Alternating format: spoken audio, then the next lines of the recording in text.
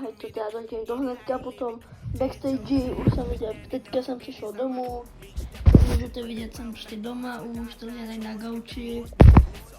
A chtěl bych fakt jako poděkovat na tom videu o těch houbách, co bylo na houbách. Fakt jako tam je teď kolik, asi něco přes 500 hlédnutí. Fakt jako moc děkuji, to fakt jako hodně. Tam to bylo asi do 2 hodin, jo. Asi do hodiny jsme tam měli asi 300 a potom až ještě za hodinu, tak tam už bylo 500. Fakt je to neskutečný. Děkuji, že jste to jako vůbec dokoukli do konce, já vím. Teda teď jako začínám, takže to teda ještě není moc jako zajímavý content. Samozřejmě já to teď fakt jako edituju jenom trošku.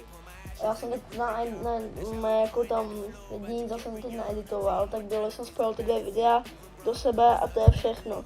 Ještě jednou děkuju.